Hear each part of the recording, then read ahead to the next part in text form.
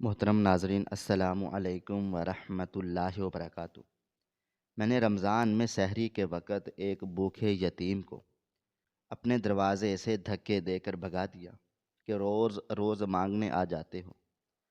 افطاری کے وقت جب میرا اکلوتا بیٹا اچانک لاپتہ ہو گیا تو میں اسے ڈھونڈتے ہوئے شہر کے سب سے خطرناک اور سنسان علاقے میں جا پہنچا۔ وہاں میں نے دیکھا کہ میرا بیٹا ایک گڑھے میں گرا ہوا ہے اور وہی یتیم بچہ اپنی جان پر کھیل کر اسے باہر نکال رہا ہے۔ میں روتے ہوئے آگے بڑھا کہ اس بچے کو گلے لگا لوں، مگر جیسے ہی میں قریب پہنچا تو اچانک اس نے میرے بیٹے کو دھکا۔ میں اپنے کمرے میں بیٹھا سامنے رکھے پراپرٹی کاغذات کو دیکھ رہا تھا۔ ہاتھ میں قلم موجود تھا۔ آج مجھے فیصلہ کرنا تھا، دولت کس بیٹے کے سپرد کرنی ہے۔ کچھ ہی دیر گزری تھی جب کمرے کا دروازہ کھلا تھا اور میری بیوی اندر داخل ہوئی تھی۔ میں کچھ کہتا اس سے پہلے ہی وہ میرے ہاتھ سے قلم چھینتے ہوئے بولی، کتنا غلط فیصلہ لے رہے ہیں آپ۔ ایک اولاد کے نام ساری جائیداد کرنی کیوں ہے؟ جب ہمارے دو بیٹے ہیں تو ہم آدھی آدھی جائیداد دونوں کو دیں گے۔ بھولیں مت دوسری اولاد نے ہم پر کتنا بڑا احسان کیا تھا۔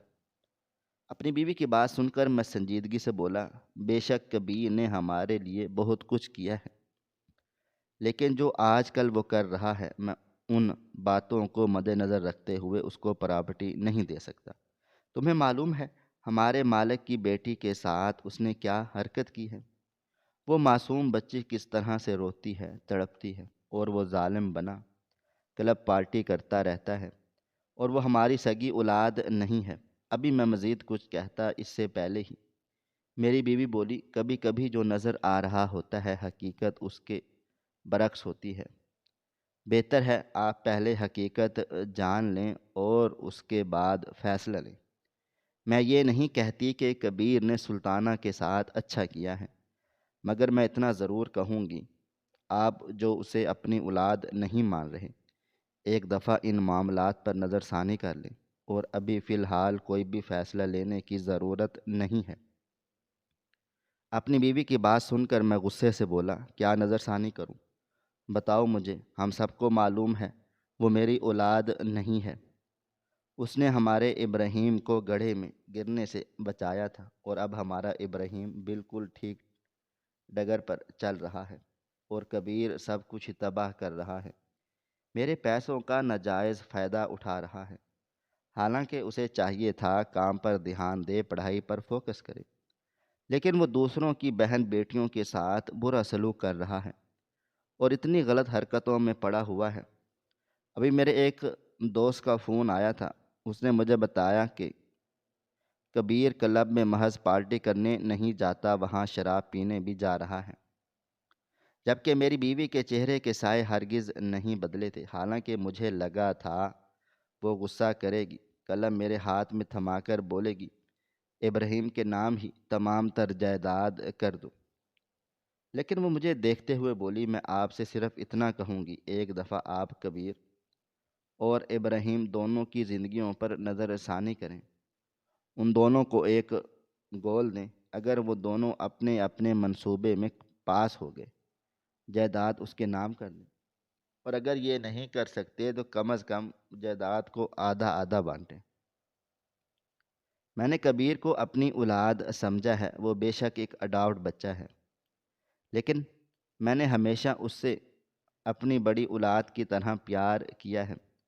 اب آپ کو جو بہتر لگتا ہے آپ کریں۔ یہ کہہ کر میری بیوی چلی گئی تھی۔ مجھے اس کی باتیں بالکل بھی سمجھ میں نہیں آ رہی تھی۔ یہ بات تو طے تھی کہ وہ مجھے کوئی میسج دینا چاہ رہی ہے، لیکن کیا؟ اس بات کا مجھے بالکل بھی اندازہ نہیں تھا۔ میں نے کاغذات اٹھا کر دراز میں رکھ دیے تھے اور چپ چاپ کمرے سے باہر آ گیا تھا۔ ابراہیم لاؤنج میں بیٹھا لیپ ٹاپ پر آفس کا کام کر رہا تھا۔ مجھے دیکھتے ہی وہ فوراً میرے قریب آیا تھا اور میرا ہاتھ تھام کر بولا، ماں باپ کی طبیعت ٹھیک نہیں، اور آپ کی لاٹھی کہاں ہے؟ اس کے بغیر آپ کیوں چل رہے ہیں؟ بلا وجہ آپ کا پاؤں وغیرہ مڑ گیا، آپ کو چوٹ لگ جائے گی۔ اس نے محبت سے بول کر مجھے صوفے پر بٹھا دیا تھا، جبکہ میں سر نفی میں ہلا کر بولا، ارے نہیں، مجھے کچھ نہیں ہوتا۔ تم مجھے یہ بتاؤ، آج تم گھر پر کیا کر رہے ہو؟ کام پر نہیں گئے؟ میری بات سن کر وہ بولا، ارے بابا، آج کبیر کہہ رہا تھا کوئی ضروری بات کرنی ہے تم گھر پر ہی رہنا۔ اب مجھے روک کر خود نہ جانے کہاں چلا گیا ہے، اس کا ہی انتظار کر رہا ہوں۔ اب وہ صاحب آئیں تو میں آفس کے لیے جا سکوں۔ اس کی بات سن کر میں غصے سے بولا، اس کی عادت ہے، کئی دفعہ اس نے میرے ساتھ بھی یہ حرکت کی ہے۔ اس کی باتوں میں آ کر کبھی بھی اپنے کام کا نقصان نہیں کیا کرو، جاؤ چلے جاؤ، کوئی بات نہیں کرنی۔ بلا وجہ تماشا لگانے کے لیے سب کو اکٹھا کر رہا ہے۔ میں مزید کچھ کہتا جب کچن سے میری بیوی باہر آئی تھی اور مجھے دیکھتے ہوئے بولی، نہیں کبیر کو کوئی بات کرنی ہے، وہ ہمیں کسی سے ملانا بھی چاہتا ہے، آپ ٹھہر جائیں، کیوں اس کو بھگا رہے ہیں؟ آنے دیں، دیکھ لیتے ہیں کس سے ملنا ہے۔ جبکہ میں نے غصے سے سر کو جھٹکا تھا، ابراہیم مجھے پانی کا گلاس دیتے ہوئے بولا، آپ زیادہ سوار نہیں کریں، پانی پی لیں، دماغ ٹھنڈا ہو جائے گا۔ اور رہی کبیر کی بات، آپ نے ہی تو اسے اتنا سر پر چڑھایا ہوا ہے، ورنہ اس کی اتنی اوقات نہیں کہ آپ کے سامنے اونچی آواز میں بھی بات کرے۔ میں نے حیرت سے ابراہیم کو دیکھا تھا، آج سے پہلے اس نے کبھی بھی کبیر کے لیے ایسی زبان کا استعمال نہیں کیا تھا۔ میں کچھ کہتا اس سے پہلے ہی میری بیوی اس کو ڈانٹتے ہوئے بولی، احسان مند رہا کرو اس کا، اس نے تمہیں موت سے بچایا تھا۔ جب اچانک ابراہیم لیپ ٹاپ ایک طرف پٹکتے ہوئے بولا، بہتر تھا مار ہی دیتا، بلا وجہ میرے باپ کو اتنی اذیت دیتا ہے، اور امی آپ نے اسے کچھ زیادہ ہی سر پر چڑھایا ہوا ہے، ورنہ اس کی حیثیت نہیں ہمارے سامنے۔ آپ لوگوں نے بلا وجہ اسے اڈاپٹ کر لیا تھا، ایک ملازم کی طرح رکھ لیتے، جیسے اور ملازم ہمارے گھر میں رہتے ہیں۔ مجھے ابراہیم کا رویہ عجیب سا لگ رہا تھا، آج سے پہلے اس نے کبیر کے لیے اس طرح کا لہجہ اور ایسی زبان استعمال نہیں کی تھی۔ میں فوراً سے بولا، ابراہیم زبان سنبھال کر بات کرو، میں لاکھ کبیر سے چڑھتا رہوں، یہ میرا اور اس کا آپسی مسئلہ ہے، وہ تمہارا بھائی ہے اور تمہارا موسم، اس نے تمہیں واقعی ہی مرتے ہوئے بچایا تھا، آج جو ہماری گود بھری ہوئی ہے یہ سب اسی کی مدد کا نتیجہ ہے۔ حالانکہ میں نے اس کے ساتھ کتنی بدسلوکی کی تھی، اس کے باوجود اس نے ہمارے ساتھ اتنا اچھا سلوک کیا تھا، بہتر ہوگا خاموش رہو۔ میری بات سن کر میرا بیٹا خاموش ہو گیا تھا۔ وقت دھیرے دھیرے گزرتا جا رہا تھا۔ تقریباً آدھے گھنٹے کے بعد گھر کا دروازہ کھلا تھا اور کبیر اندر داخل ہوا تھا۔ خدا نے اسے بہت ہی خوبصورت بنایا تھا۔ ابراہیم اس کے سامنے پانی بھرتا تھا، اتنا حسین تھا کبیر، لیکن میری اولاد نہیں تھا۔ قریب آتے ہی اس نے مجھے سلام کیا اور میرے پاس صوفے پر بیٹھ گیا۔ اس وقت اس کا حلیہ کافی خراب ہو رہا تھا، گلے میں کئی طرح کی مالا، ہاتھ میں بریسلٹ، مہنگی گھڑی، پھٹی ہوئی جینز، اسے دیکھ کر کسی غنڈے کا احساس ہو رہا تھا، مگر اس حلیے میں بھی وہ نظر لگ جانے کی حد تک خوبصورت لگ رہا تھا۔ وہ مجھے دیکھتے ہوئے بولا، اچھا ہوا آپ مجھے گھر پر ہی مل گئے، ابراہیم کو تو میں نے بلا لیا تھا، آپ کو کہنا رہ گیا تھا۔ اس کی بات سن کر میں غصے سے بولا، ویسے بھی تمہیں اب میں یاد رہتا کب ہوں؟ تمہیں صرف اور صرف تمہاری پارٹیز، لڑکیوں کو تنگ کرنا اور خاص کر اس معصوم بچی کے پیچھے پڑے رہنا یاد رہتا ہے۔ میری بات سن کر وہ ہنستے ہوئے بولا، وہ معصوم بچی صرف میری ہے، اس کو تنگ کرنا مجھے سب سے زیادہ پسند ہے۔ خیر، میں آپ کے ساتھ یہاں جنگ کرنے نہیں آیا، بلکہ آج آپ کو کسی سے ملانے آیا ہوں۔ اس کی بات سن کر میں فوراً سے بولا، کس سے ملنا آنا ہے اور ابراہیم کو کیوں بلایا؟ تم خود آفس جاتے نہیں ہو اور اس کو بھی کام کرنے سے روک رہے ہو، اگر تم دونوں ہی گھر پر بیٹھے رہو گے تو میرا بزنس کیسے چلے گا؟ میں جان بوجھ کر سخت لہجے میں بولا تھا، جبکہ وہ ہنستے ہوئے بولا، ہم سب کو معلوم ہے بابا، آپ اپنی جائیداد، اپنا کاروبار، گھر، گاڑیاں سب ابراہیم کے نام کر رہے ہیں تو مجھے اپنا بیٹا کہنے کی ضرورت نہیں ہے۔ اس کی بات سن کر میں نے حیرت سے اس کا چہرہ دیکھا تھا۔ بھلا اس کو اس بارے میں کیسے علم ہوا؟ میں کچھ کہتا اس سے پہلے ہی وہ مزید بولا، خیر میں اب کسی سے ملانے لگا ہوں، آپ تیار رہیں۔ دیکھیں اپنا دل تھام لیں، کہیں انہیں دیکھ کر آپ کو ہارٹ اٹیک ہی نہ ہو جائے۔ میں نے سر نفی میں ہلا دیا تھا اور اس کو دیکھتے ہوئے بولا، تمہارا کچھ بھی نہیں ہو سکتا، جلدی ملاؤ، کس سے ملانا ہے؟ مجھے دوا لے کر سونا بھی ہے، تمہاری طرح ہر وقت بیٹھا نہیں رہ سکتا، عمر نہیں رہی میری۔ میری بات سن کر اس نے دروازے کی طرف دیکھا تھا اور بلند آواز میں بولا، اماں آ جائیں۔ اگلے ہی لمحے ایک خاتون داخل ہوئی تھی اور میں بے اختیار اپنی جگہ سے کھڑا ہو گیا تھا۔ آنکھیں باہر آنے کو ہوئی تھیں۔ مجھے یقین نہیں آ رہا تھا، سامنے سلمیٰ کھڑی ہوئی تھی، جسے میں کئی سال پہلے اپنی زندگی سے نکال چکا تھا۔ آج بھی وہ پہلے کی طرح تھی، چہرے پر کچھ جھریاں آ گئی تھیں، لیکن جسامت آج بھی پہلے کی طرح خوبصورت اور حسین تھی۔ اندر داخل ہوتے ہی اس نے سلام کیا تھا، جبکہ میں ایسا ہو گیا تھا کہ کاٹو تو بدن میں لہو نہیں۔ قدموں تلے سے زمین نکل چکی تھی۔ وہ مجھے دیکھتے ہوئے بولی، کیسے ہیں آپ سروت صاحب؟ امید کرتی ہوں خیر و عافیت سے ہوں گے۔ یہ بول کر وہ صوفے پر بیٹھ گئی تھی۔ میری بیوی کے چہرے پر اطمینان تھا، میرا بیٹا تھوڑا سا الجھا ہوا تھا۔ میں اتنا جان چکا تھا کہ میری بیوی کو اس حوالے سے سب معلوم ہے۔ سلمیٰ مجھے دیکھتے ہوئے بولی، مجھے لگا تھا آپ سے ملاقات کبھی دنیا میں نہیں جنت میں ہی ہوگی۔ کیسی طبیعت ہے؟ کبیر بتا رہا تھا کافی بیمار رہتے ہیں آپ۔ اس کی بات سن کر میں ہڑبڑائی کر اپنی جگہ سے کھڑا ہوا تھا اور اپنے کمرے کی طرف بڑھ گیا تھا۔ مجھ میں ہمت نہیں تھی سلمیٰ کا سامنا کرنے کی۔ کمرے میں داخل ہو کر میں نے دروازے کو اچھی طرح سے بند کر لیا تھا۔ مجھے یقین ہی نہیں آ رہا تھا میرا 25 سال پرانا ماضی میری آنکھوں کے سامنے ایک بار پھر کھڑا ہو جائے گا۔ میں بالکل سن ہو کر کرسی پر بیٹھ گیا تھا۔ دیکھتے ہی دیکھتے میں ماضی کے اس وقت میں کھو گیا تھا جس کے بارے میں سوچ کر آج بھی میری جان نکل جاتی ہے۔ 25 سال پہلے زندگی ایسی نہیں تھی۔ میں اپنے ماں باپ کا اکلوتا بیٹا تھا۔ ساری جائیداد، روپیہ پیسہ، میرے باپ کا کاروبار سب میرے ہاتھ میں تھا۔ امی کا انتقال ہو چکا تھا اور بابا ہی میرا سب کچھ تھے۔ اس درمیان میری ملاقات کالج میں سلمیٰ سے ہوئی۔ وہ بہت اچھی اور سلیقہ مند عورت تھی۔ اس سے ملاقات کر کے ایسا لگتا تھا جیسے بہار میں کلیاں کھل گئی ہوں۔ میں اس کو شادی کے لیے پرپوز کرنا چاہتا تھا، لیکن اس کا کھینچا رویہ مجھے ہر بار روک دیتا تھا۔ آج معمول کا دن تھا۔ میں گھر سے سوچ کر آیا تھا کہ اسے شادی کے لیے پوچھ لوں گا۔ اگر کرنا چاہے گی تو میں بابا کو لے کر اس کے گھر چلا جاؤں گا، اور اگر ارادہ نہیں ہوا تو میں اپنی زندگی میں آگے بڑھ جاؤں گا۔ ہم دونوں ساتھ ہی ایک طرف بیٹھے ہوئے تھے۔ میری اس سے بہت اچھی دوستی تھی، اس لیے وہ سب کو چھوڑ کر میرے ساتھ وقت گزار رہی تھی۔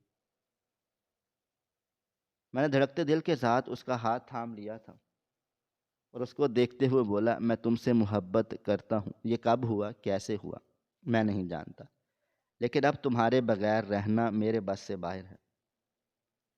تم میری زندگی کا وہ کل سرمایہ ہو جسے میں کبھی بھی کھونا نہیں چاہوں گا۔ میں تمہاری زندگی میں رنگ بھر دوں گا، تمہاری خوشیوں کو دوبالا کر دوں گا، کبھی تمہاری آنکھوں میں آنسو نہیں آنے دوں گا۔ مجھے قبول کر لو۔ میری بات سن کر وہ بولی، آپ کو معلوم ہے مجھے آپ کی باتیں سن کر ہنسی آ رہی ہے۔ آپ کو لگتا ہے آپ میرے بارے میں سب کچھ جانتے ہیں، لیکن یہ آپ کی خام خیالی ہے، کیونکہ آپ کو میرے بارے میں ابھی کچھ بھی نہیں پتہ۔ اس کی بات سن کر میں فوراً سے بولا، مجھے تمہارے بارے میں کچھ بھی نہیں جاننا۔ تمہیں میں تمہارے حال میں قبول کرنا چاہتا ہوں۔ تم جس حال میں ہو مجھے تم اچھی لگتی ہو۔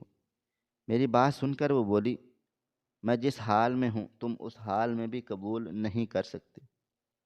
تو یہ محبت کی باتیں اپنے ذہن سے نکال دو، ہم بہت اچھے دوست ہیں اور تا حیات اچھے دوست رہیں گے۔ میں چاہتی ہوں کہ ان باتوں کی وجہ سے ہماری دوستی خراب نہ ہو۔ اس کی بات سن کر میں فوراً سے بولا تھا، کیا ہے تمہارا حال؟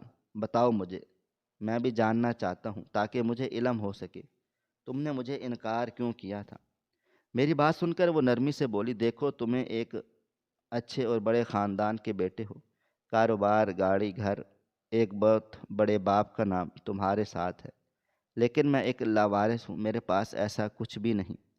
میرے پاس باپ کا نام نہیں ہے، میں یتیم خانے میں رہتی ہوں۔ شاید تمہیں اس بات کا علم نہیں، کیونکہ میں نے کبھی بتایا نہیں۔ وہاں پر موجود خواتین کو اتنی پڑھنے کی اجازت نہیں ہوتی، لیکن میرا جذبہ اور جنون دیکھ کر ان لوگوں نے مجھے اسکالرشپ دی ہے۔ یہ تعلیم مکمل ہونے کے بعد مجھے نوکری کرنی ہوگی، اس کے بعد اپنے بل بوتے پر آگے کی پڑھائی اور نوکری کرنی ہوگی۔ میری زندگی تمہارے جیسی سیٹل نہیں ہے، میں بہت ہی کمزور ہوں۔ اس کی باتیں سن کر میں حیران رہ گیا تھا۔ ہماری دوستی کو 6 یا 8 مہینے ہونے والے تھے، لیکن اس نے کبھی مجھے پتہ تک چلنے نہیں دیا تھا کہ وہ یتیم خانے میں رہی ہے اور رہتی آئی ہے۔ کچھ دیر میں بول ہی نہیں پایا تھا اور پھر میں نے اس کے ہاتھ کو تھام لیا تھا اور مضبوطی سے تھاما تھا تاکہ چھوڑ نہ سکوں۔ میں اسے دیکھتے ہوئے بولا، مجھے ان باتوں سے کوئی فرق نہیں پڑتا، تمہارے پاس بڑے باپ کا نام ہو یا نہیں، مگر شادی کے بعد تمہارے پاس ایک شوہر کا نام ہوگا جو تم سے بہت پیار کرتا ہے، تم یتیم خانے میں رہو یا پھر سڑک پر۔ میں نے تم سے محبت کی ہے، تمہیں دیکھ کر کوئی سودا نہیں کیا کہ اگر لڑکی اچھے گھرانے سے نہیں ہے تو چھوڑ دوں گا۔ تم اچھی ہو، میرے لیے یہی کافی ہے، مجھے قبول کر لو، میں تمہاری زندگی کو بدل دوں گا۔ محبت ہر ایک سے نہیں ہوتی، لیکن جن سے ہو جاتی ہے وہ بہت خاص ہوتے ہیں۔ میری باتیں اسے مائل کر گئی تھیں اور اس نے مجھے قبول کر لیا تھا۔ یہ میری زندگی کی سب سے حسین صبح تھی۔ ہم دونوں ایک رشتے میں آ چکے تھے۔ میں نے اس کے ہاتھ میں انگوٹھی پہنائی تھی۔ پہلے پہل اس نے انکار کر دیا کہ میں اتنی مہنگی انگوٹھی نہیں پہن سکتی۔ جب تم میرے نام ہو جاؤ گے مجھے سونے سے لاد دینا، میں ایک لفظ نہیں کہوں گی، مگر ابھی نہیں۔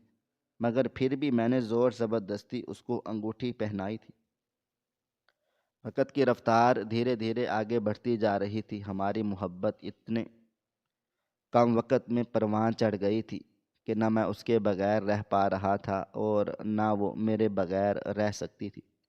آج محبت کرنے والوں کا دن تھا، یعنی ویلنٹائن ڈے۔ میں اور وہ بہت زیادہ خوش تھے۔ ہم نے ساتھ مل کر ایک اچھا وقت گزارنے کے بارے میں طے کیا تھا، مگر کہتے ہیں نا، جب حلال رشتہ نہ ہو شیطان بھڑکا دیتا ہے۔ میرا اور اس کا ناجائز تعلق قائم ہو گیا تھا، نہ اس کو ہوش رہا تھا اور نہ مجھے۔ لیکن اصل قیامت تب آئی جب اس نے 1.5 مہینے کے بعد مجھے پریشان ہو کر بتایا تھا کہ وہ حاملہ ہے۔ میں گھبرا گیا۔ میں نے فوراً اپنے باپ سے بات کی تھی کہ بابا، میں ایک لڑکی کو پسند کرتا ہوں اور اس سے شادی کرنا چاہتا ہوں۔ ہم دونوں ایک دوسرے کے بغیر نہیں رہ سکتے اور مجھ سے خطا بھی سرزش ہو چکی ہے۔ وہ میرے بچے کی ماں بننے والی ہے۔ میری بات سن کر بابا خاموش ہو گئے۔ انہوں نے اس وقت کوئی جواب نہیں دیا تھا۔ میں بہت پریشان ہو گیا تھا۔ ان کا خاموش ہونا ایسا تھا جیسے میری دنیا خاموش ہو گئی ہو۔ اگلے دن جب میری ملاقات سلمیٰ سے ہوئی، وہ بالکل خاموش تھی۔ میں نے اس کو یقین دلایا سب ٹھیک ہو جائے گا، تم پریشان نہیں ہو، یہ بچہ ہمارا ہے اور ہم مل کر اس کو پالیں گے اور میں تم سے جلد شادی کروں گا۔ لیکن اچانک اس نے ایک عجیب بات کہی تھی، اگر تم شادی کرنا ہی نہیں چاہتے تھے اور تمہاری نظر میں میری اوقات ایک بازارو عورت کی مانند تھی تو مجھ سے محبت کیوں کی؟ میری زندگی برباد کیوں کی تھی؟ آخر سب کر کے تمہیں حاصل کیا ہوا؟ میری تباہ ہو چکی ہوں۔ میرے پاس کچھ نہیں بچا، نہ رہنے کے لیے چھت اور نہ ہی پڑھنے کے لیے اسکالرشپ۔ اس کی باتیں سن کر میں حیران ہوا تھا۔ میں فوراً سے بولا، کیا مطلب؟ میں تمہاری بات نہیں سمجھ پا رہا۔ وہ بولی، تمہارے بابا نے میرے یتیم خانے میں شکایت کر دی ہے، ان لوگوں نے مجھے نکال دیا ہے۔ تمہیں پتہ ہے میری کتنی بدنامی ہوئی ہے؟ میں کہیں کی نہیں رہی۔ یہ سب تمہاری وجہ سے ہوا ہے۔ کاش تم اس دن وہ سب نہیں کرتے تو آج ہم اس پریشانی میں مبتلا نہ ہوتے۔ مگر کبھی کبھی میں یہ سوچتی ہوں کہ اچھا ہوا تمہارا اصل چہرہ میرے سامنے آ گیا۔ اس کی باتیں مجھے غصہ دلا گئی تھی۔ میں بولا، تم کتنی گھٹیا سوچ کی ہو۔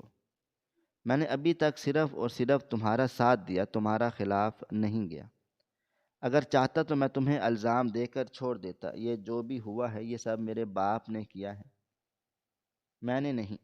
میری بات کو سن کر وہ چیختی چلاتی ہوئی بولی، یہ سب تم نے کروایا ہے۔ اگر تم اپنے باپ سے لڑ جھگڑ لیتے، میری خاطر کھڑے ہو جاتے تو آج میں اس تکلیف سے نہ گزر رہی ہوتی۔ تمہیں معلوم ہے میں اپنی خالہ کے گھر گئی تھی، انہوں نے بھی مجھے اتنی باتیں سنائی ہیں، لیکن شکر ہے رہنے کے لیے جگہ دے دی ہے۔ اب پتہ نہیں کیا ہوگا، کچھ سمجھ نہیں آ رہا۔ یہ کہہ کر وہ پھوٹ پھوٹ کے رونے لگ گئی تھی، جبکہ میں چپ چاپ اٹھا تھا اور اپنے باپ کے آفس چلا گیا تھا۔ ارادہ ان سے بات کرنے کا تھا، ان سے سوال کرنے کا تھا کہ مجھے بتائیں آپ نے ایسا کیوں کیا۔ میں نے آپ کے سامنے اپنی پسند رکھی، اپنی تکلیف آپ سے بیان کی، اور آپ نے سب کچھ برباد کر دیا۔ میں ابھی آفس پہنچا ہی تھا جب مجھے ہسپتال سے کال آئی تھی کہ آپ کے باپ کو ہارٹ اٹیک ہوا ہے۔ یہ خبر میرے لیے جان لیوا تھی۔ میں فوراً ہسپتال پہنچا۔ کوریڈور میں پہلے ہی میرے چاچو اور دیگر رشتہ دار کھڑے ہوئے تھے۔ جب آپ کے پاس دولت ہو، رشتہ دار خود ہی آپ کے آگے پیچھے گھومنا شروع کر دیتے ہیں۔ چاچو نے مجھے دیکھتے ہی کوسنا شروع کر دیا تھا، اگر تمہاری وجہ سے ہمارے بھائی کو کچھ ہوا تو یاد رکھنا میں تمہیں چھوڑوں گا نہیں۔ تمہاری ہی ٹینشن لے کر آج وہ ہسپتال پہنچ گئے ہیں، جبکہ میں سانس لینا تک بھول گیا تھا۔ اس وقت میرے دل و دماغ میں صرف میرا باپ تھا، نہ سلمیٰ اور نہ ہمارا بچہ۔ تھوڑی دیر کے بعد ڈاکٹر صاحب آئے۔ انہوں نے بتایا تھا کہ ان کی حالت اب کچھ بہتر ہے، لیکن وہ بے ہوشی کی حالت میں بار بار اپنے بیٹے کو پکار رہے تھے۔ میں تڑپ کر بولا تھا، کیا میں اپنے باپ سے ملاقات کر سکتا ہوں؟ انہوں نے اجازت دے دی تھی۔ میں اندر داخل ہوا۔ بابا بستر پر لیٹے ہوئے تھے۔ میں فوراً ان کی جانب گیا تھا۔ جب وہ میرے آگے ہاتھ جوڑ کر بولے، تم اس لڑکی سے شادی نہیں کر سکتے، خدا کے لیے ہماری عزت کا احترام کرو۔ وہ کون ہے، کس کی اولاد ہے، ہمیں نہیں معلوم، اور وہ تمہارے ناجائز بچے کی ماں بننے والی ہے۔ تمہیں معلوم ہے کیا وہ واقعی تمہارا بچہ ہے بھی یا نہیں؟ میں فوراً سے بولا، بابا ایسی بات نہیں ہے، وہ بہت اچھی لڑکی ہے، میں اس کے ساتھ بہت خوش رہوں گا، وہ بچہ میرا ہی ہے، میں اسے بہت اچھے طریقے سے جانتا ہوں۔ جب بابا مجھے دیکھتے ہوئے بولے، میں نے تمہارے لیے پہلے ہی ایک لڑکی کو منتخب کیا ہوا ہے، وہ بہت اچھی ہے، تم ہمیشہ اس کے ساتھ خوش رہو گے۔ تم ایسا مت کرو، میں مر جاؤں گا اگر تم نے اس عورت سے شادی کی۔ میں بالکل بے بس ہو گیا تھا۔ انہوں نے مجھ سے قسم لے لی تھی کہ اب تم کبھی بھی اس کا چہرہ نہیں دیکھو گے۔ میں اپنے باپ کی باتوں میں آ کر راضی ہو گیا تھا۔ سلمیٰ نے مجھ سے رابطہ کرنے کی بہت کوشش کی تھی، لیکن میں اس سے بالکل تعلق ختم کر چکا تھا۔ بابا نے مجھے دوسرے شہر شفٹ کروا دیا تاکہ کبھی بھی میرا سامنا اس سے نہ ہو سکے۔ وہیں پر میری شادی میری بیوی شبانہ سے ہو گئی۔ شادی کی رات میں بہت زیادہ رویا تھا۔ عموماً شادی کی رات ایک عورت روتی ہے اپنا گھر بار چھوڑ کر، لیکن میں اپنی محبت سے دستبردار ہو کر رویا تھا۔ اللہ تعالیٰ نے پہلے سال ہی مجھے ابراہیم سے نواز دیا تھا۔ کون سلمیٰ، کون سا بچہ، میں سب بھول گیا تھا۔ میں اپنی بیوی اور بچے میں ایسا مگن ہوا تھا کہ زندگی سے میں نے سلمہ کو نکال دیا۔ ہمیں بھولے بھٹکے وہ کبھی یاد آ جاتی تھی تو میں یہ سوچ کر سر جھٹک دیتا تھا کہ اب پتہ نہیں وہ کہاں ہوگی، ہو سکتا ہے شادی کر چکی ہو، اس بچے کو ضائع کر دیا ہو، وہ کبھی بھی میری اولاد پیدا نہیں کرے گی۔ وقت کی رفتار دھیرے دھیرے آگے بڑھتی جا رہی تھی۔ رمضان کا مہینہ شروع ہو چکا تھا۔ میرا ابراہیم محض 8 سال کا تھا۔ میری بیوی بہت خوش نما تھی۔ دنیا میری۔ آج شہری میں نے کچھ مہمانوں کو اپنے گھر بلا لیا۔ گھر میں اتنی رات کو بھی ماحول بنا ہوا تھا۔ سب بیٹھ کر باتیں کر رہے تھے، کچھ کھا پی رہے تھے، ہنسی مذاق ہو رہا تھا۔ جب اچانک ملازم نے آ کر بتایا ایک بچہ آیا ہے، خود کو یتیم کہہ کر کھانا مانگ رہا ہے، رو بھی رہا ہے۔ بار بار ہم اس کو بھگا رہے ہیں لیکن ہر بار آپ کی چوکھٹ پر آ کر بیٹھ جاتا ہے۔ مجھے شدید غصہ آ گیا تھا۔ یہ حرکت مجھے بہت ناپسند تھی۔ جب میں نے بھگا دیا یا پھر کسی نے منع کر دیا تو آپ چلے جاؤ۔ بلا وجہ بار بار آ کر پریشان کرنے کی کیا وجہ بنتی ہے؟ میں غصے سے دندناتا ہوا باہر آیا تھا۔ چوکھٹ کے ساتھ لگ کر وہ بچہ کھڑا ہوا تھا۔ آنکھوں میں بھوک کی پیاس تھی، چہرہ اترا ہوا تھا۔ میں نے غصے سے اس کا بازو پکڑ کر جھنجھوڑا تھا اور اسے پیچھے کی جانب دھکیلتے ہوئے بولا، جاؤ یہاں سے اور اب دوبارہ یہاں آنے کی ضرورت نہیں ہے۔ بلا وجہ پریشان کر رہے ہو، وقت دیکھا ہے، اپنے گھر میں رہا کرو۔ وہ میرے آگے ہاتھ جوڑ کر بولا، صاحب میں بہت زیادہ بھوکا ہو رہا ہوں، 2 دن سے کچھ کھایا پیا نہیں ہے، خدا کے لیے کچھ کھانے کو دے دو۔ میں آپ سے پیسے نہیں مانگ رہا، میں بہت مشکل میں ہوں۔ وہ بچہ میرے ابراہیم کی عمر کا تھا۔ میری بیوی فوراً سے باہر آئی تھی اور مجھے روکتے ہوئے بولی، جب اندر اتنے مہمانوں کو کھانا کھلا سکتے ہیں تو اس بچے کو بھی کھلا دیں گے۔ آؤ بچوں، اندر آ جاؤ۔ بچے نہ جانے کیوں مجھے شدید غصہ آ گیا تھا اور میں نے اسے ایک بار پھر باہر کی طرف دھکیلا تھا اور اسے غصے سے دیکھتے ہوئے بولا، جاؤ یہاں سے، اور اب اگر تم دوبارہ دروازے پر نظر آئے تو میں تمہارے ساتھ بہت برا سلوک کروں گا۔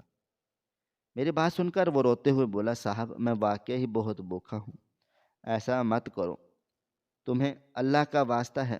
لیکن میں نے دروازہ اس کے منہ پر بند کر دیا تھا اور ملازم کو سختی سے ہدایت کی تھی، اگر یہ دوبارہ آئے تو اس کو 2 ڈنڈے لگا کر بھگانا۔ ایسے لوگ اچھے نہیں ہوتے۔ اور ساتھ اپنی بیوی کو بھی ڈانٹا تھا، پاگل ہو تم، رات کے اس پہر کسی کو بھی گھر میں گھسا رہی ہو، تمہارے اندر عقل شعور نہیں ہے، خدا نہ خواستہ اگر وہ چور ہوا کیا کر لوگی تم؟ ایسے لوگ گروہ چلا رہے ہوتے ہیں۔ بچے کو آگے کر کے پورا گروہ گھر میں داخل ہوتا ہے اور ہم لٹ کر بیٹھ جائیں گے۔ میری بیوی سادگی سے بولی، ایسی بات نہیں ہے۔ وہ بچہ بہت بھوکا لگ رہا تھا، اس کی آنکھوں سے ہی معلوم ہو رہا تھا کہ وہ بالکل ہمارے ابراہیم کی عمر کا تھا۔ اتنا ظالم انسان کو نہیں ہونا چاہیے۔ جبکہ میں اس کی بات کو نظر انداز کیے اندر چلا گیا تھا، اس بات سے بے خبر جس بچے کو میں بھگا رہا ہوں وہ میرا کون ہے۔ وقت اور تیزی سے گزرتا جا رہا تھا۔ تقریباً دن کے 12 بجے میری بیوی نے مجھے ہڑبڑا کر جگایا تھا، ذوالفقار ہمارا بیٹا گھر پر نہیں ہے، ابراہیم کہاں پر ہے؟ میں فوراً سے بولا، اور کہاں ہو سکتا ہے، آج اتوار ہے، اپنے کمرے میں ہوگا۔ مگر وہ روتے ہوئے بولی، میں نے تو ملازمین سے پوچھا ہے، سب کہہ رہے ہیں کسی کو معلوم نہیں، اور مین دروازہ بھی کھلا ہوا ہے۔ ملازم واش روم چلا گیا تھا، اس درمیان ہی ابراہیم باہر گیا ہے۔ اپنی بیوی کی بات سن کر مجھ پر سختہ طاری ہو گیا۔ وہ ایک بار پھر مجھے ہلاتے ہوئے بولی، جائیں دیکھیں ہمارا بچہ کہاں ہے، اگر اسے کچھ ہو گیا میں مر جاؤں گی۔ ذوالفقار اپنی بیوی کی بات سن کر میں فوراً سے باہر بھاگا اور وہ ملازم سر جھکا کر بولا، صاحب بس کچھ گھڑی کے لیے واش روم گیا تھا، مجھے بالکل اندازہ نہیں تھا کہ پیچھے سے ابراہیم بابا ایسا کریں گے، جبکہ میں اس کو لیے اپنے بیٹے کو ڈھونڈنے چلا گیا تھا۔ جس علاقے میں میں رہتا تھا یہ علاقہ کافی سنسان تھا۔ خاموشی کے باعث میں نے اس جگہ کا انتخاب کیا تھا۔ میں ہر جگہ اسے تلاش کر رہا تھا لیکن وہ کہیں بھی نہیں مل رہا تھا۔ ڈھونڈتے ڈھونڈتے میں بالکل ایک سنسان علاقے میں آ گیا، جب اچانک میری نظر اسی رات والے بچے پر گئی تھی جو کسی کو گڑھے سے نکالنے کی کوشش کر رہا تھا۔ میں فوراً اس کی طرف بڑھا تھا، جب نظر نیچے گئی میرے رونگٹے کھڑے ہو گئے تھے۔ گڑھے کے اندر کوئی اور نہیں، میرا بیٹا ابراہیم تھا، اور وہ بچہ جسے کل میں نے ذلیل کر کے بھگا دیا، آج وہ اپنی جان پر کھیل کر میری اولاد کو بچا رہا تھا۔ میری آنکھوں میں آنسو آ گئے تھے۔ میں نے اور ملازم ہم دونوں آگے بڑھے تھے اور جلدی جلدی سے میرے بیٹے کو باہر نکال کر گلے سے لگا لیا تھا۔ اگر وہ بچہ بر وقت پہنچ کر میرے بیٹے کا ہاتھ نہیں تھامتا، آج میں ابراہیم کو کھو چکا ہوتا، اور وہ بچہ کوئی اور نہیں، کبیر تھا۔ میں نے اسے فوراً گلے سے لگا لیا تھا اور اس کے سامنے ہاتھ جوڑ کر معافی مانگی تھی کہ میں نے تمہارے ساتھ کتنا برا سلوک کیا، مجھے معاف کر دو، تم چلو میرے ساتھ، میں تمہیں کھانا کھلاتا ہوں، تم کون ہو؟ جبکہ وہ روتے ہوئے بولا، میرا نام کبیر ہے، میرا یہاں کوئی بھی نہیں، نہ امی نہ بابا، ساری زندگی سڑکوں پر ہی گزاری ہے، اور اب نہ جانے کیسے بھٹکتے بھٹکتے اس علاقے میں آ گیا ہوں۔ یہاں کوئی کھانا بھی نہیں دیتا، سڑک پر رہتا تھا تو لوگ کھانا دے دیا کرتے تھے۔ اس کی بات سن کر میں بہت اداس ہوا تھا اور اسے گھر لا کر پیٹ بھر کر کھانا کھلایا تھا۔ میں نے اور میری بیوی نے مشترکہ فیصلہ لے کر ابراہیم کو گود لے لیا تھا، اس بات سے بے خبر کہ جس انسان کو میں گود لیا ہوا بچہ سمجھتا تھا وہ گود لیا ہوا بچہ نہیں تھا۔ وقت دھیرے دھیرے گزرنا شروع ہو گیا تھا۔ میری بیوی کبیر کے ساتھ بہت وقت گزارتی تھی، اس کو بہت پیار کرتی۔ اس کا کہنا تھا، کبیر ہمارا پہلا بچہ ہے، حالانکہ میں اکثر اسے کہتا تھا، کبیر ہمارا پہلا بچہ کیسے ہو سکتا ہے؟ ابراہیم ہمارے گھر کا پہلا بیٹا ہے۔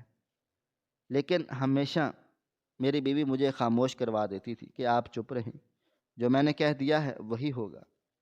اس کی باتیں سن کر میں بھی خاموش ہو جاتا تھا۔ وقت گزرا اور وہ دونوں جیسے جیسے بڑے ہونے لگے، میں نے گھر واپس اپنے شہر میں شفٹ کر لیا تھا۔ زندگی اب آسان ہو گئی تھی، میرے دونوں بیٹے میرے کندھے تک پہنچ گئے تھے۔ کبیر تھوڑا لا ابالی تھا، لیکن ہمیشہ وہ میری فیملی کو پروٹیکٹ کرتا تھا، میرے بیٹے کو محفوظ رکھتا تھا۔ کئی دفعہ ایسا ہوتا تھا کہ ان کے کالج یا اسکول میں جھگڑا ہو جاتا تو مجھ تک پہنچنے سے پہلے ہی تمام معاملات پہلے ہی حل ہو چکے ہوتے تھے، کیونکہ کبھی ہمیشہ ایک بڑے بھائی کی طرح ابراہیم کا خیال رکھتا تھا۔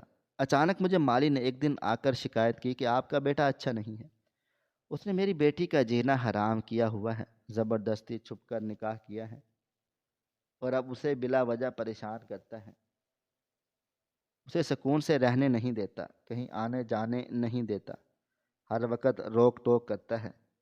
میں نے بیٹھ کر جب کبھی کبیر سے اس حوالے سے بات چیت کی تو اس نے مجھے صاف بولا تھا، بابا میں اب 18 سال کا نہیں رہا ہوں جو آپ مجھے چھوٹی چھوٹی باتوں کے لیے تنگ کریں گے۔ میں اب ایک سمجھدار اور 25 سال کا نوجوان ہوں، میں اپنی زندگی اپنی مرضی سے گزارنے کا عادی ہوں، بہتر ہوگا آپ آرام کریں اور جو ہو رہا ہے اسے ہونے دیں۔ مجھے یہ بات بہت بری لگی تھی، اور اسی چیز کو مد نظر رکھتے ہوئے میں نے فیصلہ کیا تھا کہ میں اپنی جائیداد میں کبیر کو حصے دار نہیں بناؤں گا، میں اپنی جائیداد اپنی سگی اولاد کو ہی دوں گا۔ لیکن میری بیوی نے مجھے خاموش کروا دیا تھا۔ اس نے ایسا کیوں کیا تھا میں نہیں جانتا تھا، مگر اب سلمیٰ کا 25 سالوں کے بعد میری آنکھوں کے سامنے آنا کوئی معمولی بات نہیں تھی۔ میں کرسی پر بیٹھا ابھی ماضی کے خیالوں میں ہی گمسم تھا جب کمرے کے دروازے پر دستک ہوئی۔ میں فوراً حال میں لوٹ آیا تھا۔ باہر سے میری بیوی کی آواز سنائی دی تھی، ذوالفقار آپ اس طرح کمرے کے اندر بند نہیں ہو سکتے، باہر آئیں، سب کو آپ سے بات کرنی ہے۔ میں نے گہری سانس لی تھی، مجھے ہلکا ہلکا اپنے دل کے پاس درد محسوس ہونے لگا تھا، مگر میں نے خود پر قابو پا کر کھڑا ہو گیا تھا۔ میری بیوی بالکل ٹھیک بول رہی تھی، میں اس طرح چھپ نہیں سکتا تھا، مجھے اب سامنا کرنا تھا۔ کبیر اور کون تھا؟ مجھے اس بات کا بھی علم ہونا چاہیے۔ اکثر ابراہیم اور کبھی کبیر کو لوگ دیکھ کر کہتے تھے، آپ دونوں ایک دوسرے میں کتنا ملتے جلتے ہیں، ایسا لگتا ہے دو جسم ایک جان ہوں۔ کبیر کی کچھ عادتیں ہو بہو میرے جیسی تھی، کئی بار تو میں بھی دھوکہ کھا جاتا تھا۔ کیا واقعی یہ میرا بیٹا ہے؟ میں نے دروازہ کھولا، سامنے کبیر کھڑا تھا۔ اس نے آگے بڑھ کر میرا ہاتھ تھام لیا تھا اور مجھے دیکھتے ہوئے بولا، کیا ہو گیا ہے بابا جان؟ آپ کو جو ہوا تھا وہ سب ماضی تھا، آپ اس طرح ہم سب سے چھپ کر کیوں رہے ہیں؟ اور مجھے پتہ ہے میرا باپ کتنا اچھا انسان ہے، اس نے اپنی محبت کو حاصل کرنے کی کوشش کی تھی، لیکن جب اولاد ماں باپ کے سامنے کھڑی ہوتی ہے تو اولاد کو بے بس ہونا پڑتا ہے۔ آپ بیٹھیں، انہیں آپ سے کچھ بات کرنی۔ میں بے اختیار اس کا ہاتھ تھام کر بولا، کیا تم میری سگی اولاد ہو، میرا خون ہو؟ کبیر، جھوٹ نہیں بولنا، یہ سب کیا تماشا ہے؟ میری جان نکل جائے گی اگر تم نے اب مجھ سے کچھ بھی چھپایا۔ ابراہیم پیچھے کھڑا خاموشی سے سب دیکھ رہا تھا۔ کبیر نے سر ہاں میں ہلا دیا اور اچانک میری ہتھیلی پر کچھ رپورٹس رکھی تھیں۔ میں نے گھبرا کر ان رپورٹس کو کھولا تو وہ کچھ اور نہیں بلکہ ڈی این اے رپورٹس تھیں۔ وہ رپورٹس کسی اور کی نہیں بلکہ میری اور کبیر کی تھی۔ کبیر میرا ہی بیٹا تھا۔ میرا دل ایک بار پھر شدت سے دھڑکنے لگا۔ کبیر نے مجھے تھام کر ایک طرف بٹھا دیا۔ سلمیٰ اب بھی خاموشی سے بیٹھی ہوئی تھی۔ میں کچھ کہتا اس سے پہلے ہی وہ بولی، آپ نے بتایا نہیں آپ کیسے ہیں ذوالفقار صاحب؟ میں نے کبھی تصور بھی نہیں کیا تھا کہ آپ مجھے اس طرح سے بیچ راہ میں چھوڑ کر چلے جائیں گے،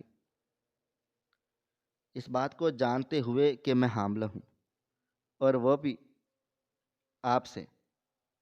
میں آج آپ سے جواب لینے کے لیے آئی ہوں۔ آپ میرے ساتھ ظلم کر کے آپ کو کیا حاصل ہوا؟ جب آپ محبت نبھا نہیں سکتے تھے تو مجھے اپنے لیے منتخب کیوں کیا؟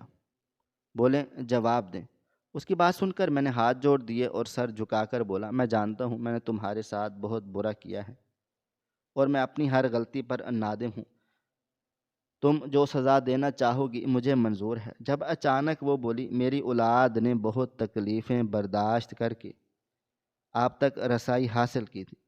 میں نہیں چاہتی کہ اتنا بڑا ہونے کے بعد یہ در در کی ٹھوکر کھائے۔ جو حق اس کا ہے آپ اسے لازمی دیں گے۔ آپ کی بیوی کو ہر ایک بات معلوم ہے، یعنی کبیر آپ کا ہی بیٹا ہے۔ میں نے بے اختیار اپنی بیوی کی طرف دیکھا تھا جب وہ میرے پاس بیٹھتے ہوئے بولی، آپ کے بابا نے شادی سے پہلے مجھے سب بتا دیا تھا۔ میرا دل بہت زیادہ ٹوٹا تھا کہ ایک لڑکی جو حاملہ ہے اس کو اس طرح تباہ ہونے کے لیے چھوڑ دیا گیا۔ ہم دوسرے شہر شفٹ ہو گئے تھے، مگر اس کے باوجود میں سلمیٰ باجی کے لیے پیسے بھیجتی تھی تاکہ یہ اپنی دوائیاں پوری کر سکے۔ پیسے کی وجہ سے ان کی خالہ نے بھی ان کو اپنے گھر میں پناہ دی ہوئی تھی، اور جب آپ کا بیٹا یعنی کبیر پیدا ہوا اور اس کا نام میں نے ہی رکھا تھا۔ گاڑی اسی طرح چلتی جا رہی تھی، میں ہر مہینہ پیسہ دے دیا کرتی تھی تاکہ یہ کبھی مشکل میں نہ آئے اور میری زندگی میں بھی کبھی کوئی رکاوٹ نہ بنے۔ مگر پھر مجھے معلوم ہوا سلمیٰ باجی شادی کر رہی ہیں اور کبیر ان کی خالہ کے ساتھ رہے گا۔ تب میں نے ان سے بات کی تھی اور ان کو بولا تھا کہ آپ کبیر کو یہاں بھیجیں، میں اپنے طریقے سے اپنی فیملی میں اس کو شامل کروں گی۔ اس رات میں اس کو میں گھر کے اندر لانا چاہتی تھی مگر آپ نے منع کر دیا۔ پھر میں نے ابراہیم کو گھر سے باہر بھیجا اور اتفاق کے طور پر اللہ کی قدرت نے میرا ساتھ دے دیا اور ابراہیم کی مدد کبیر نے کر دی، اور تب آپ کا دل پگھل گیا۔ لیکن کہیں نہ کہیں میرے دل میں بھی ایک عورت کی طرح جلن تھی۔ اگر آپ کو معلوم ہو گیا کبیر آپ کی سگی اولاد ہے، آپ ابراہیم کو وہ محبت اور مان نہیں دیں گے جو آپ کبیر کو دیں گے۔ اس لیے میں نے سچائی کو سب سے چھپا لیا تھا۔ کبیر اپنی ماں سے ملنے کے لیے جاتا تھا، جب اکثر یہ 2 دن کے لیے غائب ہو جاتا تھا، یہ کسی پارٹی میں نہیں جاتا تھا۔ بلکہ اپنی ماں کے پاس ہوتا تھا، اور باقی اس پر جو الزام لگائے گئے کہ یہ شراب پی رہا ہے، کلب پارٹیاں کر رہا ہے، یہ سب آپ کے بیٹے نے کیا ہے۔ میں نے ابراہیم کو پلٹ کر دیکھا اور وہ تو سر جھکا چکا تھا۔ میری بیوی مزید بولی، یعنی کبیر ایسا کوئی بھی کام نہیں کرتا، اس کے شوق نرالے ہیں، اس کو ایسا حلیہ بنا کر گھومنا پسند ہے، مگر یہ تو کبھی کلب گیا ہی نہیں۔ کلب آپ کا چھوٹا بیٹا ابراہیم جاتا ہے۔ میں نے ہمیشہ ابراہیم کی ہر عادت پر پردہ اس لیے رکھا کیونکہ میں دل میں ڈرتی تھی کہیں خدا نہ خواستہ آپ نے تمام تر جائیداد کبیر کے نام کی تو میرے ابراہیم کا کیا ہوگا۔ میں نے سلمہ کو دیکھا تھا، وہ بولی، اگر میں یہاں صحیح سلامت زندہ بیٹھی ہوں تو یہ تمہاری بیوی کی بدولت ہے۔ تمہیں بہت اچھی اور نیک بیوی ملی۔ ہاں، اس نے بہت غلطیاں کی ہیں، لیکن جو اس نے میرے بیٹے کے لیے کیا ہے میں زندگی بھر نہیں بھول سکتی، اور تمہاری بیوی کی بدولت میں تمہیں معاف کرتی ہوں۔ میں کبھی تمہارا سامنا نہیں کرنا چاہتی تھی، لیکن کبیر کا کہنا تھا کہ ایک دفعہ میں تم سے ضرور ملوں۔ میں نے نظر اٹھا کر کبیر کو دیکھا، وہ سر جھکائے کھڑا تھا۔ میں فوراً اپنی جگہ سے اٹھا تھا اور اپنے بیٹے کے گلے سے لگ گیا تھا۔ میرا بیٹا، جس نے اتنے سال میرے ساتھ رہتے ہوئے بھی کہیں نہ کہیں باپ کی کمی محسوس کی ہوگی، میں آج اس ایک لمس کو میں اس کی کمی کو مٹا دینا چاہتا تھا۔ میں نے محبت سے اس کے سر کو چوما تھا اور سلمہ کے آگے ہاتھ جوڑ دیے تھے۔ میری بیوی میری تمام مجبوریاں اس کو بتا چکی تھی، مگر میں پھر بولا، مجھے معاف کر دو، میں واقعی مجبور ہو گیا تھا۔ تمہیں بھولنے کا صرف ایک مقصد تھا، اگر میں تمہیں یاد کروں گا تو میں کبھی زندگی میں آگے نہیں بڑھ پاؤں گا۔ میں وعدہ کرتا ہوں میں انصاف کروں گا، جو میرے ابراہیم کا ہے وہی میرے کبیر کا ہے۔ کبیر میری پہلی اولاد ہے، کیا تم شادی کر چکی ہو؟ اگر شادی نہیں ہوئی تو میں تم سے نکاح کے لیے تیار ہوں۔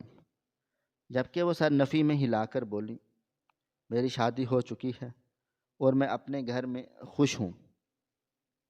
میرے 2 بیٹے ہیں اور وہ مجھ سے بہت پیار کرتے ہیں۔ میرا شوہر بھی بہت نیک انسان ہے، لیکن میرا دل ہمیشہ میرے کبیر کی طرف سے ڈرا رہتا ہے۔ تم کبھی اس کے ساتھ کچھ غلط نہیں کرنا، جس نے تمہارے بیٹے سے سچی محبت کی ہے۔ حالانکہ میرے بیٹے کو بھی معلوم نہیں تھا کہ کبیر ابراہیم کا سگا بھائی ہے۔ اس کو یہ باتیں اس کے 18 سال ہونے کے بعد معلوم ہوئی تھی، اور پھر یہ مجھ سے ملنے آنا شروع ہوا تھا۔ اس کو لگتا تھا کہ یہ ایک لاوارث بچہ ہے جسے تم لوگوں نے گود لیا ہے۔ یہ جانتا تھا کہ میں حیات ہوں، میں نے اس کو نکال دیا ہے، لیکن اس کو یہ نہیں پتہ تھا کہ تم واقعی اس کے سگے باپ ہو۔ اور رہی اس کی پسند کی بات، تو یہ مالک کی بیٹی کو جو کرتا ہے، خدا کے لیے میرے بیٹے کی شادی کامیاب رہنے دینا۔ اپنے باپ کی طرح یہ مت کہنا کہ وہ نیچے گھر کی ہے تو شادی کامیاب نہیں ہو سکتی، جبکہ میں نے وعدہ کیا تھا کہ میں اپنے ہاتھوں سے ان کی شادی کرواؤں گا۔ وہ کچھ دیر ہمارے ساتھ بیٹھی اور پھر کبیر اسے چھوڑنے چلا گیا۔ میں نے ابراہیم کو خوب ڈانٹا تھا، جب تم یہ سب کچھ کرتے ہو تو پھر تم میرے سامنے اچھے بننے کی اداکاری کیوں کرتے ہو؟ لیکن اس نے بھی مجھ سے معافی مانگ لی تھی، یہ کہہ کر کہ مجھے لگتا تھا کہ کبیر ایک گود لیا ہوا بچہ ہے اور اسے میری جائیداد کیوں ملے۔ اس لیے میں آپ کے سامنے اس کو برا ثابت کرنے کی کوشش کرتا تھا۔ میں نے اگلے ہی مہینے مالی کی بیٹی سلطانہ سے کبیر کی دھوم دھام سے شادی کروائی تھی، اور وہ دونوں الگ گھر میں شفٹ ہو کر سکون کی زندگی گزار رہے ہیں۔ میں بھی اپنی بیوی کے ساتھ بہت زیادہ خوش ہوں اور ابراہیم کے لیے ایک لڑکی کی تلاش کر رہا ہوں۔ تمام سننے والوں کو میں یہی پیغام دینا چاہوں گا کہ جب آپ کسی سے محبت کریں تو اسے حاصل کرنے کا دم خم رکھیں، اور اگر اسے حاصل کرنے میں تکلیف آئے تو کبھی بھی اس کی ذات کی دھجیاں نہ اڑائیں اور کبھی بھی ناجائز تعلق نہ بنائیں، کیونکہ آپ ناجائز تعلق بنا کر اپنی زندگی بھی برباد کرتے ہیں اور ایک آنے والی زندگی کو بھی تباہ و برباد کر دیتے ہیں، اس لیے خدا را اپنی عادتوں کو تبدیل کر لیں۔ ناظرین، آپ کو ہماری آج کی کہانی کیسی لگی؟ کومنٹ باکس میں اپنی رائے کا اظہار ضرور کریں۔ خواہش صرف اتنی ہے کہ کچھ الفاظ لکھوں جس سے کوئی گمراہی کے راستے پہ جاتے جاتے رک جائے، اور نہ بھی رکے تو سوچ میں ضرور پڑ جائے۔ پیارے دوستو، امید کرتا ہوں کہ آپ کو یہ ہماری کہانی پسند آئی ہوگی۔ کہانی پسند آئی ہو تو ویڈیو کو لائک کریں، کومنٹس کریں، شیئر کرنا بالکل بھی نہ بھولیں۔ اور ہاں، اگر آپ لوگ اس چینل پر نئے ہیں تو ہمارے چینل ہریرہ انفو کو سبسکرائب ضرور کر لیں اور نوٹیفیکیشن کو ضرور دبا دیں تاکہ آنے والی کہانی سب سے پہلے آپ کو مل سکے۔ ملتے ہیں کل ایک نئی اور دلچسپ کہانی کے ساتھ، تب تک اپنا ڈھیر سارا خیال رکھیے گا۔ اللہ حافظ۔